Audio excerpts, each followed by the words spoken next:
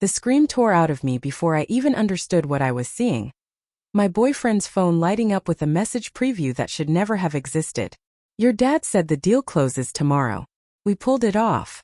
Love you. My father. My boyfriend. One conspiracy.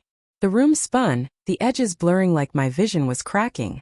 I tasted metal, fear, betrayal, something primal. My chest burned as if my ribs were trying to claw their way out of me. I'd spent years being the family disappointment, the girl with the useless creative career, the one they mocked in whispers sharp enough to cut skin. And yet, I had built something. Quietly, painfully, alone. A media company Dad didn't even know existed. One successful enough to buy out his failing firm through a silent partner. I thought my boyfriend supported me. I thought he believed in me. I thought wrong. He walked into the bedroom, towel around his waist, humming careless. Hey babe, did. What deal? My voice shook.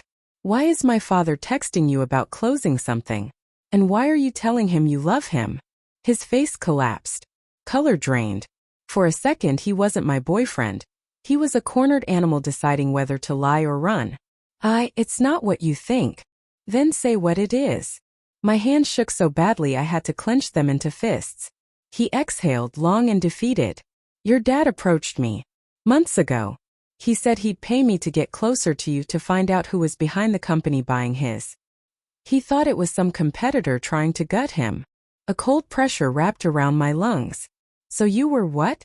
Spying on me. At first. He stepped closer. But then I fell for you. I didn't cash the last payment. Stop. The word cracked like breaking bone. The puzzle pieces slammed together. My father's sudden interest in my love life, my boyfriend's strange questions about my finances, his need to borrow my laptop, the way he'd always redirected conversations about my company. All the red flags I painted white. I wasn't going to tell him anything, he insisted. I didn't know how to get out. You lied to me every day. I love you. The smallest, saddest laugh escaped me. You love the paycheck. You love the access. You love the version of me that doesn't know you're the reason my father thinks he's winning. His jaw clenched. Silence swelled between us, thick, sour, final. I walked past him, grabbed my phone, and called the lawyer handling the acquisition. Move the closing to tonight, I said. And remind them the anonymous buyer will reveal herself afterward. My voice didn't shake this time.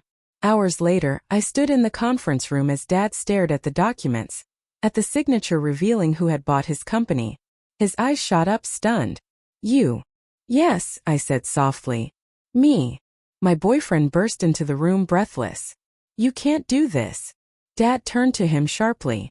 You knew. The truth detonated. And in that moment, watching their alliance crumble under the weight of my silence, I felt something I hadn't felt in years. Power. Not revenge. Not victory. Just ownership of the pain they tried to carve into me. I finally walked away, letting the two men who betrayed me deal with the ruin they built together.